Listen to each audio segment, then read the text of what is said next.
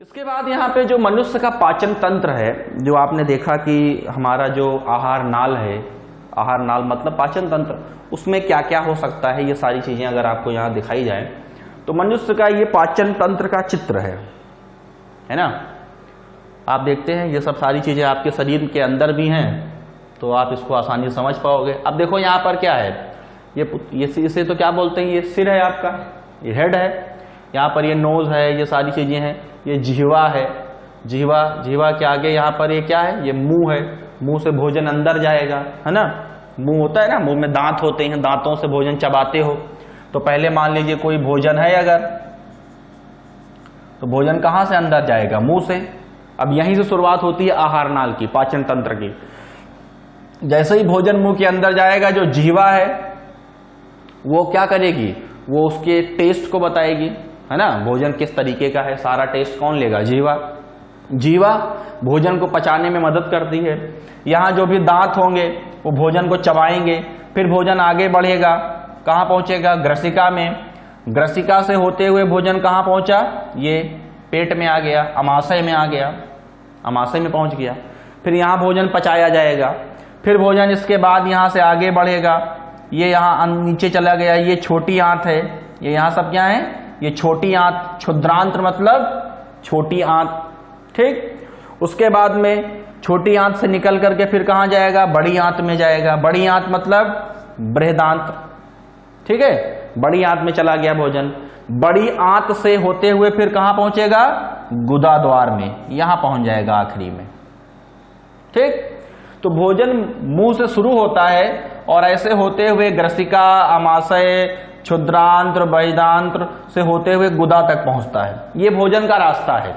उसमें रास्ते में क्या क्या मिलेगा, रास्ते में आपको मिलेगा ये यकृत मिलेगा, जो उसमें पाचक रस मिलाएगा, अग्नाशय मिलेगा, जो पाचक रस मिलाएंगे। ये सारी जो चीजें होती हैं इनको बोलते हैं हम ग्रंथियां।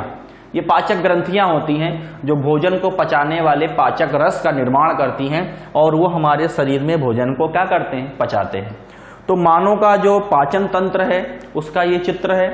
पाचन तंत्र में आपने देखा कि यहाँ पे मुंह है, मुंह से ग्रसिका, ग्रसिका से अमाशय, अमाशय से फिर क्षुद्रांत्र, बड़ी आंत, छोटी आंत, फिर बड़ी आंत, बड़ी आंत के बाद फिर क्या देख रहे हैं आप, यहाँ पर जो अगला जो आप देखोगे, यहाँ पर जो बड़ी आंत है, बड़ी आंत के बाद कहाँ पहुंचेंगे, गुदा द्वार।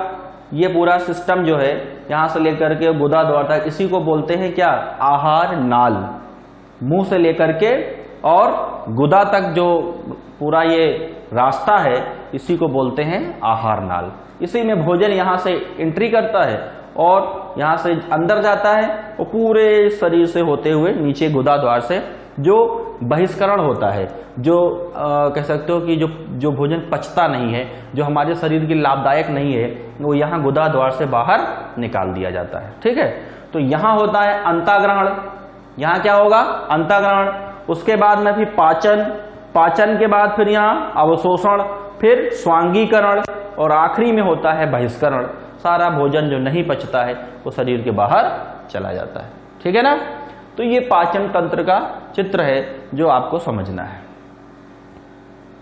इसके बाद जो है देखते हैं कि जो हमारा मनुष्य के अंदर अगर आप देखोगे तो पाचन तंत्र कई घटकों में बना होता है, जिसमें आहार नाल होती हैं और पाचक ग्रंथियां होती हैं। क्या क्या होता है, आहार नाल और पाचक ग्रंथियां। ये जो पूरा आप पाथवे देख रहे हैं, माउथ से जो शुरू होकर के और एनस तक जाता है, इसको बोलते हैं आहार नाल। और बीच बीच में जो यकृत, अग्नाशय, ठीक है, ये सारी चीजें जो क्या है वो पाचक ग्रंथियां, जहां से पाचक रस निकलता है। तो यहां पर आपको क्या देखना है, यहां पे देखना है, देखिए माउथ खुलता है, ठीक है। जैसे ही माउथ खुलेगा भोजन अंदर एंटर करता है। अभी देखिए ये भोजन अंदर गया, दांतों ने भोजन को तोड़ा, वो कहाँ गया, अमाशय में, पेट में चला गया, फिर छोटी आंत, बड़ी आंत से होते हुए बाहर आ गया। ये देखिए दिख रहा है किस तरीके से भोजन का रास्ता है और बाद में कहाँ से भोजन बाहर आ जाता है। तो भोजन जटिल तरीके से लिया जाता है और फिर उसे पचा करके सरल माध्यम में तोड़ा जाता है, फिर उसको अवशोषित किया जाता है, और जो भी चीजें पचती नहीं है, जो हमारे शरीर के लिए लाभदायक नहीं है, वो शरीर के बाहर निकाल दी जाती है। समझ गए? तो यहां पर ये चीज आपको बताई जा रही है। अब यहां देखा कि जो मनुष्य का पाचन तंत्र है वो दो पार्ट में डिवाइडेड है। पहला आहार नाल है, दूसरा क्या है? पाचक ग्रंथियां हैं। आहार नाल क्या है? यह मुख से गुदा तक फैली लंबी एक कुंडलित लगभग 4.5 मीटर, वो वहां फुट में दी गई थी, 25 से 30 फुट जो आपको दिया गया था, उसे आप यहां कह सकते हो कि 4.5 मीटर के रेंज में उसकी लंबाई होती है। काफी लंबी है आपकी आहार नाल, जिसमें ग्रंथियां भी होती हैं। ठीक है, तो ग्रंथियों का क्या काम है वो भी हम देखेंगे, और आहार नाल में भोजन किस तरीके से पचता है वो भी हम आगे देखेंगे। यहां पर जो भी चीजें आपको दिखाई दे रही हैं कि हमारा जो मुख है, हमारा जो माउथ है, उसमें जो भी पहले सबसे पहला वही तो पार्ट है। आहार नाल में सबसे पहले क्या आता है? मुख। मुख से भोजन बॉडी के अंदर जाता है, शरीर के अंदर जाता है, फिर उसका पाचन होता है। तो सबसे पहले हमें समझना होगा कि मुख है क्या, माउथ क्या है। तो भाई मुख के अंदर अगर आप देखते हो तो मुख में यहां पर क्या क्या होता है? ये ऊपरी होंठ होते हैं, ठीक है, ऊपरी होंठ बंद होते हैं, ठोस तालु होता है, नरम तालु होते हैं, अलजिहा कंठ होती है, जीभ होती है, जिहा संबंधी क्षेत्र जो होता है, दांत होते हैं, मसूड़े होते हैं, है ना, निचला होंठ होता है, निचले होंठ होते हैं, नीचे वाले होंठ, ऊपर वाले होंठ तो हो गए। यहीं पर ये गल तुंडिका होती है, लार वाहिनी होती, ये भी ग्रंथियां हैं, लार वाहिनी होती हैं। तो एक अपने माउथ में आप देखिए तो क्या है? ऊपरी होंठ, निचले होंठ, जीभ है अंदर, जीवा, दांत हैं भोजन को चबाने के लिए, जीवा टेस्ट लेती है, लार ग्रंथियां होती हैं जिससे लार बनती है। तो ये सारा सिस्टम जो होता है वो कहाँ होता है? वो सब माउथ में होता है। तो माउथ में जैसे ही भोजन रखोगे, दांतों से उसे चबाना शुरू करोगे। चबाने के बाद भोजन जब छोटे छोटे पार्ट में टूट जाएगा तो वो आगे बढ़ेगा। तो वहां लार ग्रंथियां होती हैं, उसमें लार मिलाती हैं, लार से भोजन का पाचन होता है। पाचन के बाद फिर वो ग्रसिका से होते हुए कहाँ पहुंचेगा? अमाशय में। तो ग्रसिका में कोई पाचन तो होता नहीं है। फिर जब अमाशय में भोजन पेट में जाएगा तो वहां भी बहुत सारी पाचक रस हैं जो भोजन को क्या करेंगे? पचाएंगे। ठीक है, फिर आगे छोटी आंत, फिर बड़ी आंत, वहां भी पाचन होगा। फिर उसके बाद में गुदा, और जो भी चीजें जो पाचन नहीं हो पाएंगी, जो बच जाएंगी, जिनका कोई डाइजेशन नहीं होता है, वो शरीर से बाहर चली जाती है। ठीक है, तो माउथ के अंदर क्या क्या होता है, मुंह के कौन कौन से अंग हैं, वो सारी चीजें आपको यहां दिख रही हैं। अब इसमें एक चीज और ही है कि यहां पर आप देखते हैं कि ऊपरी व निचले होठों से घिरा अर्धचंद्राकार जो छिद्र होता है उसे क्या बोलते हैं? मुख बोलते हैं। अर्धचंद्राकार छिद्र को क्या बोलते हैं? मुख बोलते हैं। मुख आगे की ओर मुख गुहिका में खुलता है। मुख जो खुलता है, अंदर जो खाली जगह है वो क्या है? मुख गुहिका है। ये अंदर जो आपको जगह दिख रही है, ठीक है। मुख गुहिका का ऊपरी भाग तालु कहलाता है। तालु जानते हो ना, ऊपर का जो पार्ट होता है उसे तालु बोलते हैं। और अधर तल जो होता है, नीचे वाला तालु, ऊपर वाला तालु होता है। वहीं पर एक पेशीय जिह्वा होती है। जिह्वा जीभ होती है, जिसको पेशीय जीभ कहते हैं, ठीक है, जिस पर स्वाद कलिकाएं होती हैं। स्वाद को बताने के लिए हमारे शरीर में क्या है? जिह्वा है। तो माउथ के अंदर ऊपरी होंठ, निचले होंठ, ऊपर तालु है, अधर तालु है, बीच में एक पेशीय जीभ है जिसका मेन काम क्या है? जो स्वाद के बारे में बताती है भोजन किस तरीके का है, बहुत तीखा है, मीठा है, खट्टा है, कैसा है, उसकी सारी क्यों देते हैं ज्ञान? क्योंकि वहां पर स्वाद कलिकाएं होती हैं। ये स्वाद कलिकाएं कहां होती हैं? ये आपकी जीवा पे होती हैं। तो उससे भोजन के स्वाद के बारे में हमें पता चलता है, ठीक है। अब जब स्वाद ले लोगे, फिर वहां पर क्या होगा? जो मुख का द्वार है वो दो जबड़े होते हैं भाई, एक ऊपरी जबड़ा होता है, एक निचला जबड़ा होता है। उसी में तो दांत होते हैं तुम्हारे। तो ऊपरी जबड़ा जो है अचल होता है, ऊपर वाला जबड़ा जो है वो अचल होता है, वो कोई मूवमेंट नहीं होता। और निचला वाला जो जबड़ा है वही चलता है। आप देखिए भोजन जब चबाते हो तो निचला वाला जबड़ा ही चलता है, ऊपर वाला फिक्स है, वो कहीं नहीं जाता है। आप हमेशा भोजन को जब चबाते हो, जब बोलते हो तो नीचे वाला ही मूव करता है, उसी के अंदर जो है चलन क्रिया होती है, ऊपर वाले में कोई चलन क्रिया नहीं होती, वो अचल है। निचला जबड़ा जो है वो चल है। और दोनों जबड़ों में क्या पाए जाते हैं? दांत। दांत है ना, तो दांत क्या करते हैं? दांत का काम है जो भोजन हमारा है उसे चबाते हैं। रोटी खा रहे हो उसे चबाओगे, चावल खा रहे हो उसे चबाओगे, तो कोई फल खाते हो तो वो भी काटना चबाना, बहुत सारे काम होते हैं, फाड़ना। मीट खाते हैं या कोई भी हम मान लीजिए कोई भी और भी फल है या सब्जी है या कोई भी कार्बोहाइड्रेट के फॉर्म में अगर हम देखें तो रोटी है, चावल है, सब चीज को करने के लिए अलग अलग तरीके के भोजन को चबाने के लिए आपके शरीर में जो मुंह है उसमें जो दांत हैं वो अलग अलग तरीके के हैं। दांत भी कई तरीके के होते हैं, ठीक है। तो अब हम आगे ये देखेंगे। तो मुंह के अंदर क्या क्या है ये सारी चीजें आपने समझ ली, ठीक है। इसके सारे पार्ट्स दिख रहे हैं आपको, आपके पास भी मुंह है, आप देख सकते हो शीशे के सामने खड़े होकर के, ये सारी चीजें आपको उसमें दिखाई देंगी, ठीक है ना। मुंह देखना है, मुंह बनाना नहीं, ठीक है। अब यहां पर आगे आप क्या देखोगे कि जो माउथ है उसके अंदर सबसे बड़ी चीजें हैं दांत। अगर आपके दांत गिर जाएं तो आपकी शक्ल कैसी होगी आप समझ सकते हैं। या जिनके पास दांत नहीं होते हैं वो भोजन कैसे ग्रहण करते होंगे, ये उनसे पूछिए। उनका शरीर टूटने लगता है, खास करके जो बूढ़े लोग हो जाते हैं उनके शरीर के दांत नहीं रह जाते। आजकल के जमाने में तो दांत बाहर से लग भी जाते हैं, ठीक है, लेकिन बिना दांत के भोजन ग्रहण करना बहुत मुश्किल काम है। तो दांतों का यूज हमारे शरीर में क्या है वो देखिए। यहां पर क्या है कि जो आपके शरीर के अंदर अलग अलग तरीके के दांत होते हैं। यहां पर मनुष्यों के अंदर हम बात करें तो मनुष्य में दांत गर्तदंती, दांत गर्त जो है,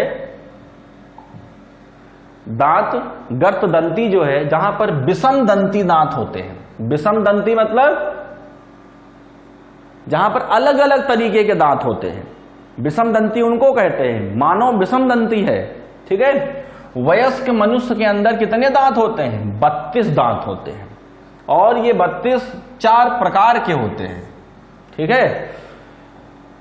क्या होते हैं? 4 प्रकार के। तो मनुष्य में दांत गर्तदंती, विषम दंती व द्विबार दंती होते हैं। मतलब एक चीज आप देख लीजिए, मनुष्यों में बोलते नहीं, जो छोटा बच्चा होता है उसमें बोलते हैं दूध के दांत निकलते हैं। तो दांत हमारे 2 बार निकलते हैं। एक बार जो होते हैं वो टेम्परेरी होते हैं, दूध वाले दांत होते हैं, जो एक बार टूटते हैं तो दोबारा निकलते हैं, लेकिन दोबारा निकलने के बाद फिर वो दोबारा फिर नहीं आएंगे, तिबारा नहीं आएंगे। 2 बार तो आ जाएंगे, तिबारा नहीं निकलेंगे। इसलिए हमारे पास विषम दंती दांत हैं, अलग अलग तरीके के दांत हैं। द्विबार दंती होते हैं, 2 बार निकलते हैं। एक बार जो होते हैं दूध के दांत होते हैं, फिर उसके बाद में फिर परमानेंट टीथ आते हैं जो हमेशा रहते हैं, ठीक है। और वो 4 प्रकार के होते हैं। टोटल नंबर तो 32 होते हैं, लेकिन वो कितने प्रकार के होते हैं? 4 प्रकार के। कौन कौन से? पहला है कृंतक, रदनक, अग्र चवनड़क और चवनड़क। जैसा काम वैसा नाम। Incisor, canine, premolar, molar. जो कृंतक होते हैं वो इंसाइजिक होते हैं, ये वाले दांत इंसीजर, इनका काम होता है भोजन को काटना। क्या करते हैं? भोजन को काटते हैं। ये बिल्कुल सीजर की तरह होते हैं, काटते, भोजन को काट काट के खाने में ये मदद करते हैं, ठीक। रदनक जो होते हैं कैनाइन, ये भोजन को फाड़ते हैं। मांस खाने वाले जो भी जानवर हैं उनके अंदर ये बहुत तेज होते हैं। घास खाने वाले में ये बहुत तेज होते हैं, ठीक।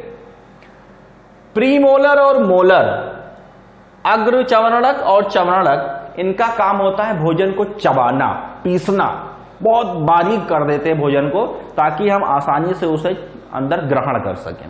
तो ये 4 तरीके के दांत आपके शरीर में होते हैं। ये क्या करते हैं? ये काटते हैं, इनका काम है काटना, ठीक। ये क्या करते हैं? ये फाड़ते हैं, ये फाड़ते हैं, भोजन को चीर देते हैं बिल्कुल। ये और ये क्या करते हैं? ये चबाते हैं, ठीक है, ये चबाते हैं। तो 4 तरीके के दांत हैं, सबका अपना अपना कार्य है, समझ गए। अब यहां पर जो भी ये 4 तरीके के दांत आप देख रहे हैं, इनका आपके माउथ के अंदर किस तरीके से ये अरेंज होते हैं या किस तरीके से ये लगे होते हैं वो दिखाना है। तो यहां आप देखेंगे तो प्रत्येक दांत के 3 भाग होते हैं, ठीक है। कोई भी दांत अगर आप देखोगे तो उसमें 3 चीजें होती हैं। क्या क्या होता है, जैसे अगर आप एक दांत बनाओगे, यहां पर अगर इस तरह से देखोगे मसूड़े बनेंगे यहां पर, तो ये सबसे बाहर होता है जिसको बोलते हैं क्या, ये अस्थिगर्त दांत में मूल होता है, मसूड़ों में घिरा हुआ ग्रीवा होता है, और ये शिखर। 3 चीजें हैं, मूल, ग्रीवा, शिखर। ये शिखर है, ये क्या है, ये शिखर है। ये यहां पे क्या है, ये ग्रीवा है, और नीचे क्या है, मूल है, ठीक है। ये 3 पार्ट होते हैं, मूल सबसे नीचे होता है, फिर ग्रीवा होता है, फिर शिखर। ये तीनों चीजें मिल करके पूरा दांत बनता है। तो दांत 3 भाग में विभाजित होता है, मूल, ग्रीवा और शिखर। जो भी मूल होते हैं वो बिल्कुल नीचे होता है। मूल जो गर्तिका है यहां पर दिखाओगे, मूल गर्त में सीमेंट द्वारा, मूल गर्त में क्या होता है, सीमेंट द्वारा। सीमेंट बेसिकली अगर आप देखोगे तो क्या होता है, यहां पर जो सीमेंट है ये आपके दांतों को मजबूत बनाते हैं, ताकि आपके दांत उखड़े ना, दांत फिक्स रहें, उसके लिए यहां सीमेंट होता है जिससे दांत स्थिर रहता है, ठीक है। शिखर जो है दांत का जो सबसे ऊपर वाला भाग है उसे इनेमल कहते हैं। ये ढका रहता है, जो आपको दांतों में जो सबसे बाहर जो सफेद कलर का स्ट्रक्चर दिखता है पत्थर की तरह, वो यही होता है शिखर, जो इनेमल द्वारा ढका रहता है। ये हमारे शरीर का सबसे मजबूत अंग है, सबसे मजबूत भाग है, ठीक है। ये शरीर का सबसे कठोर भाग होता है। दंत कोशिकाएं डेंटिन का स्त्राव करती हैं। जो दंत की कोशिकाएं हैं वो डेंटिन बनाती हैं, उसी डेंटिन से दांतों का निर्माण होता है। और ये जो एनेमल वाला पोर्शन है, जो सबसे ऊपर यहाँ आप देखते हो, ये सफेद रंग का ये सब इनेमल है, इसी को बोलते हैं शिखर। ये क्या है, ये शिखर है, ये ग्रीवा है और ये मूल है। 3 भाग होते हैं दांतों, ठीक है। तो माउथ के अंदर, मुंह के अंदर दांत होते कैसे हैं, जैसे ये आपका एक जबड़ा है, तो जबड़े के अंदर अगर आप देखिए तो सबसे पहले कौन आता है, कृंतक, इंसीजर, उसके बाद रदनक, कैनाइन, उसके बाद अग्र चवनड़क, प्रीमोलर, और सबसे बाद में कौन आते हैं, चवनड़क। तो आप देखोगे आधे में देखा जाता है, आधा इधर, आधा इधर, आधा इधर, आधा। हमारा जो पूरा माउथ है वो 4 भाग में डिवाइडेड होता है, ठीक है। जो ये दायां हो गया, इस तरीके से यहाँ पर डिवाइड, दायां बायां डिवाइड करोगे, ऊपर नीचे डिवाइड करोगे, ठीक है। तो उसमें आधे इधर हैं, जितने इधर होंगे उतने इधर होंगे। तो दांतों का पूरा अरेंजमेंट इस तरीके से होता है। पहले सामने यहाँ पे क्या होते हैं, कृंतक, इंसीजर, उसके बाद क्या होंगे, कैनाइन, उसके बाद प्रीमोलर, और सबसे लास्ट में कौन होंगे, मोलर होंगे, ठीक है। तो इस तरीके से दांतों के का जो अरेंजमेंट है, जो उनका वहां पर शरीर के अंदर जो कह सकते हो कि किस तरीके से उनका विन्यास है, कैसे उनको दिखाया जाता है, कहां कहां पे वो होते हैं, वो दिखाया गया। तो 8 इधर हो गए, अब ध्यान देना, 8 इधर हो गए, 8 इधर हो जाएंगे, तो 8 और 8 कितने हो गए, 16। ये 16 हो गए ऊपर और 16 ही नीचे हो जाएंगे, तो टोटल कितने हो गए, 32 दांत हो जाते हैं, ठीक है। ये चीज यहां पर आपको समझ में आ रही होगी, क्लियर है। कि मानो में जो बच्चे हैं, ठीक है, छोटे बच्चों के अंदर 20 दांत होते हैं। कितने दांत होते हैं, 20 दांत होते हैं। जो जवान होते हैं उनके अंदर 28 होते हैं, और जो मैच्योर हो जाते हैं पूरी तरीके से, उनके अंदर हो जाते हैं 32 दांत होते हैं। तो 20 पहले होते हैं, फिर वो 28 होते हैं, फिर वो 32 होते हैं। ऐसे दांतों के नंबर जो हैं वो बढ़ते जाते हैं, ठीक है। तो बस याद रखिएगा कि वयस्क जो होते हैं वहां पर 32 दांत होते हैं, जो जवान होते हैं, जो किशोर होते हैं वहां 28 होते हैं, जो बच्चे होते हैं उनमें 20 दांत होते हैं। दांत 4 तरीके के होते हैं, इंसीजर, कैनाइन, प्रीमोलर, मोलर, कृंतक, रदनक, अग्र चवनड़क और लास्ट में क्या है, चवनड़क, ठीक है। इतने तरीके के दांत आपके शरीर में होते हैं, सबका अलग अलग काम है। ये काटते हैं, ये चीरते हैं, ये दोनों चबाने और उसको भोजन को बिल्कुल पीसने में मदद कर देते हैं, ठीक है ना। मुंह के अंदर जब भोजन पचा दिया जाता है, उसका पूरा पाचन हो जाता है लगभग, या भोजन जब दांतों के द्वारा चबा दिया जाता है, चबाने के बाद जब वो आगे बढ़ता है तो मुंह के बाद क्या मिलती है? ग्रसनी। क्या मिलती है? ग्रसनी। यहां पर भोजन माउथ से जब एंटर करता है तो फिर ग्रसनी में आता है। देखिए ये ग्रसनी में भोजन आ रहा है। देखिए भोजन यहां से एंटर करा, माउथ के बाद उसको क्रॉस कर दिया, अब ये देखो ये बिल्कुल चला गया ग्रसनी के अंदर। ठीक है, ग्रसनी से भोजन नीचे चला जाएगा। ग्रसनी में किसी तरीके के भोजन का कोई भी पाचन नहीं होता, क्योंकि वहां पे कोई ग्रंथियां नहीं होती, वहां किसी तरीके की कोई पाचक रस की उपस्थिति नहीं है, इसलिए वहां भोजन पाचन नहीं होगा।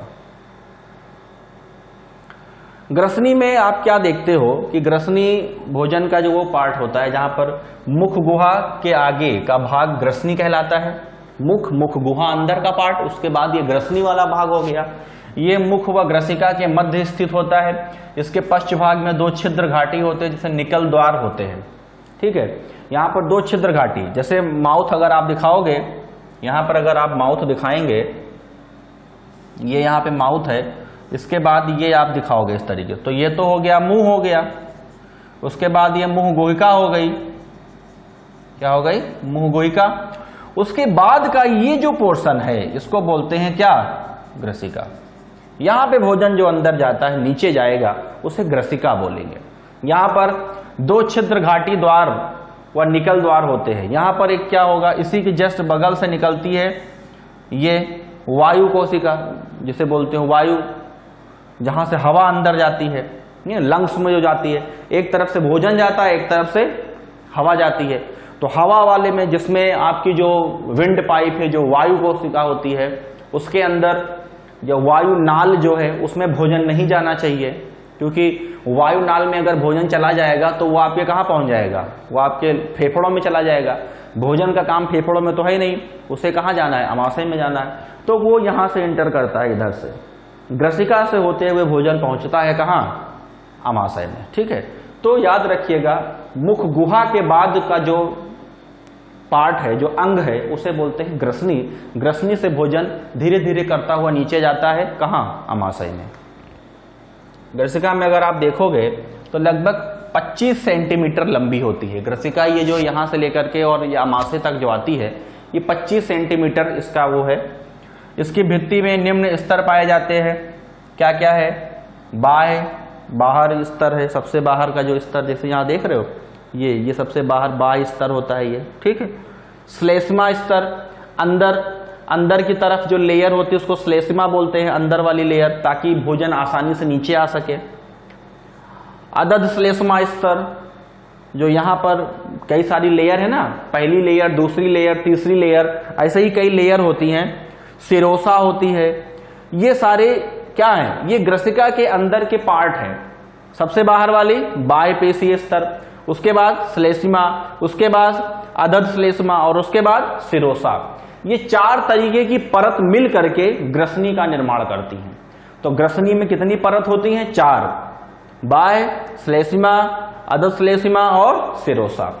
ये सब आपकी ग्रसिका को ऐसा बनाती हैं ताकि भोजन कहीं भी रुके नहीं, वो धीरे धीरे करते हुए नीचे आपके अमाशय तक पहुंच जाए।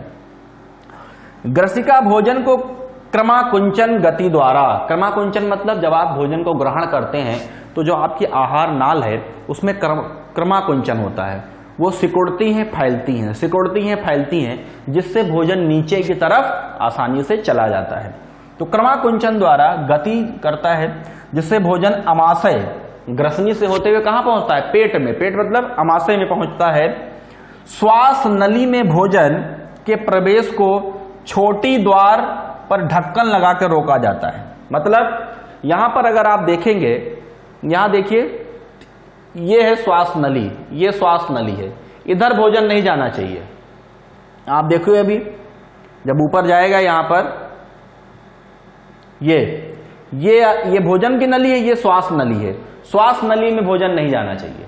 तो श्वास नली में रोकता कौन है? श्वास नली में भोजन ना जाने पाए, इसलिए जो छोटी द्वार होती है वहां पर ढक्कन होता है, इससे उसको रोका जाता है, ताकि भोजन जो है वो केवल भोजन नाल में जाए, भोजन जो है वो श्वास नली में प्रवेश ना कर पाए, क्योंकि श्वास नली में जाएगा तो फिर दिक्कत बढ़ जाएगी। ठीक है, यहां पर अब ग्रसिका के माध्यम से जो भोजन होगा वो सब कहां पहुंचेगा, वो अमाशय में पहुंच जाएगा। अब देखिए यहां पर एक चीज मैं तुम्हें बता दे रहा हूं, अभी आपने दिखाया कि माउथ से दिखाया, माउथ के बाद यहां पर ऐसे ग्रसिका दिखाई थी, और अब यहां पर भोजन अमाशय में आ रहा है, ये अमाशय है।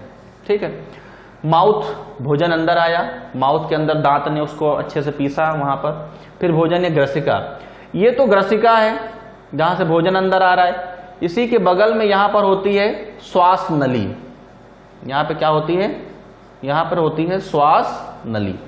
तो श्वास नली में भोजन ना जाए इसलिए यहां एक ढक्कन सा स्ट्रक्चर होता है, यहां पर जो छोटा द्वार होता है वहां पर एक ढक्कन सा स्ट्रक्चर होता है जो भोजन को इधर नहीं आने देता है, उसे सीधे कहां जाना है, भोजन नली में। तो कभी भी भोजन श्वास नली में नहीं जा सकता, तो वहां पर उसको रोकने के लिए, उसके प्रवेश को रोकने के लिए वहां पर एक ढक्कन जैसा स्ट्रक्चर होता है जो भोजन को श्वास नली में प्रवेश नहीं करने देता है। भोजन सीधे भोजन नाल ग्रसनी से होते हुए कहां पहुंचता है, अमाशय में। ठीक है,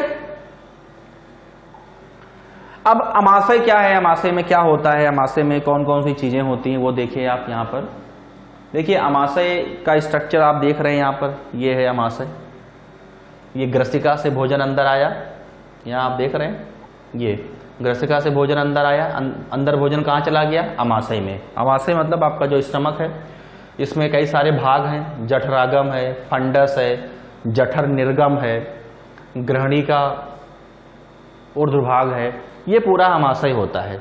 इसमें भोजन इधर से एंटर करता है, यहाँ पे भोजन पचाया जाता है, पचने के बाद इधर से जो जाते हुए वो छोटी आंत में चला जाता है। ठीक है, तो ये पूरा अमाशय है जहाँ पर भोजन पचता है, 3 से 4 घंटे भोजन यहाँ रुकता है, यहाँ पे उसका पाचन होता है। पाचन के लिए यहाँ पर अलग अलग तरीके के रस होते हैं, वो भोजन को पचाते हैं और फिर उसके बाद भोजन आगे बढ़ जाता है। यहाँ देख रहे हो, ये देखिए स्टमक से भोजन निकल करके कैसे जा रहा है स्मॉल इंटेस्टाइन में, ये भोजन यहाँ से देखिए, ये स्टमक के अंदर आया, फिर उसके बाद आगे जा रहा है, ये इसका मूवमेंट दिखाया जा रहा है। ठीक है, कि किस तरीके से आपके जो अमाशय में भोजन किस तरीके से आगे बढ़ता है, वो सारी चीजें हैं। ठीक है, इसके बाद यहाँ पर आप क्या देखेंगे कि जो भी भोजन है वो ग्रसिका के आगे, ग्रसिका से जब आप आगे बढ़ते हो पेशीय थैलीनुमा स्ट्रक्चर में जाते हो, ये पेट क्या लगता है, एक थैली जैसा स्ट्रक्चर लगता है जिसको आप क्या बोलते हैं, अमाशय बोलते हैं। तो ग्रसिका के बाद भोजन कहाँ पहुंच गया, अमाशय में पहुंच गया। अमाशय के 3 भाग हैं, ऊपरी भाग, निचला भाग, और यहाँ पर जो अमाशय के अंदर जो ग्रंथियां होती हैं, इसमें ऊपरी भाग में यहाँ पर क्या है, ये फर्डियक होता है, निचला भाग पाइलोरिक कहलाता है। इसमें अगर आप देखोगे तो ये ऊपर का जो है ये ऊपरी भाग है, ये निचला भाग है, और ये जो तीसरा भाग लास्ट में जो आप दिखता है, ये छोटी आंत से जाकर के अमाशय को जोड़ देता है। तो टोटल यहाँ पर देखोगे तो मेन तो 2 ही दिखाई देंगे, ऊपरी और निचला। ऊपरी का ये फंडस है और निचला ये जो है, जो यहाँ लिखा नहीं, जिसको बोलते हैं पाइलोरिक, ये वाला पोर्शन जो है वो क्या होता है, ये पाइलोरिक होता है। क्या होता है, पाइलोरिक। तो आपका जो अमाशय है वो बेसिकली कितने भागों में विभाजित होता है, 2 भाग में, ऊपरी और निचला। और इसी अमाशय के अंदर क्या होती हैं, पाचक या जठर ग्रंथियां होती हैं, जहां से पाचक रस निकलते हैं। इसी अमाशय के अंदर यहां पर क्या देखोगे, के अंदर जठर ग्रंथियां होती हैं।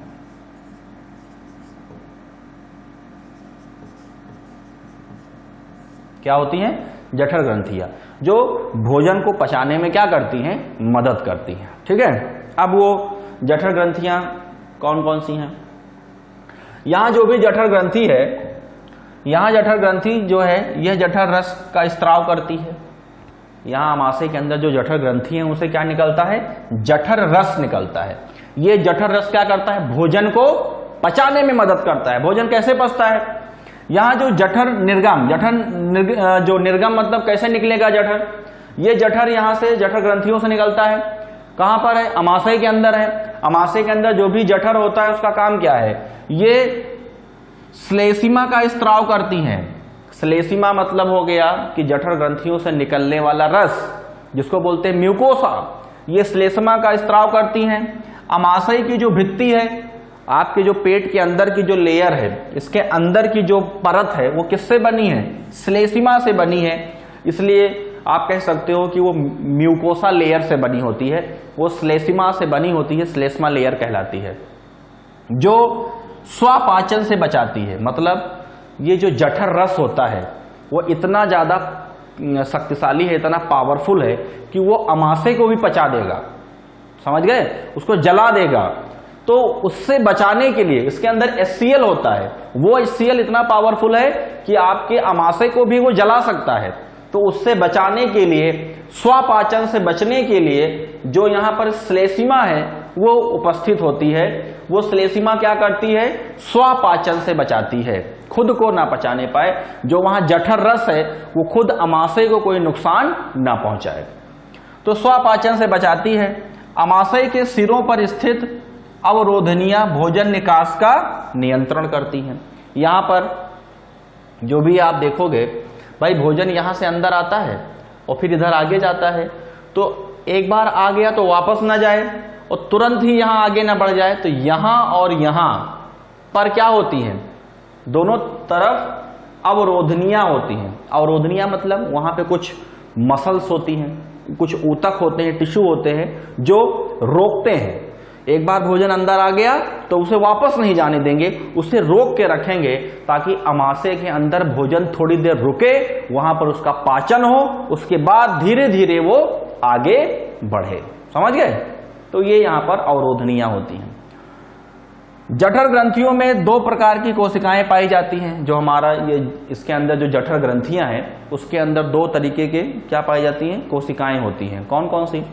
एक होती है जाइनोजन कोशिकाएं, जो कि पेप्सिनोजेन, ये पाचक रस है, एक तरीके का एंजाइम है, इसका सिक्रीशन करती हैं। एक होती है कौन सी? जाइनोजन कोशिका, जो क्या बनाती है? पेप्सिनोजेन, ये पाचक रस है। और एक होती है अम्लजन कोशिकाएं। क्या होती हैं? अम्लजन, जो क्या बनाती हैं? HCl। आपके अमाशय में क्या बनता है? HCl होता है, वो भोजन को पचाने में मदद करता है। तो ये HCl कौन बनाता है? अम्लजन कोशिकाएं। पेप्सिनोजन कौन बनाता है? जाइनोजन कोशिकाएं। ठीक है। HCl जो है इसका स्त्राव करती हैं। HCl भोजन के साथ प्रवेश करने वाले जीवाणुओं व अन्य रोगाणुओं को नष्ट करता है तथा भोजन को अम्लीय माध्यम प्रदान करता है।